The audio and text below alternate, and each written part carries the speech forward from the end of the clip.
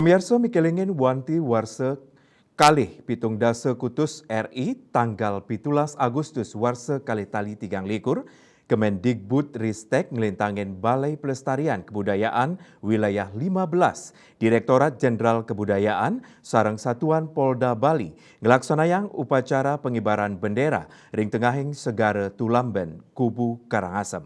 Pengibaran bendera merah putih memargi antar sani kemiletin oleh para penyelam.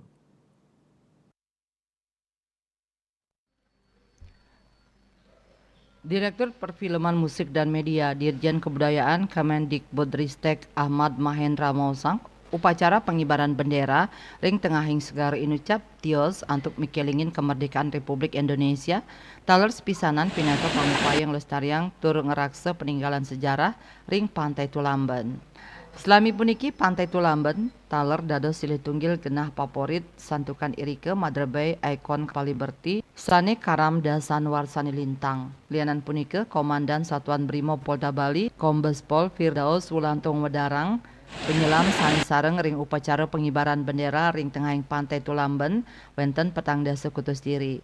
Genah pemargi upacara pengibaran bendera dalemnya kantos 6 meter ring ajeng situs kapal Liberty sane karam. Raris tiang bendera sanika anggen madui tegah 17 meter. Selami pemargi upacara pengibaran bendera, nenten nampenin piambeng santukan sampun rajek latihan sadurung nyane. Eka Parananda Bali Pos Nguningayang.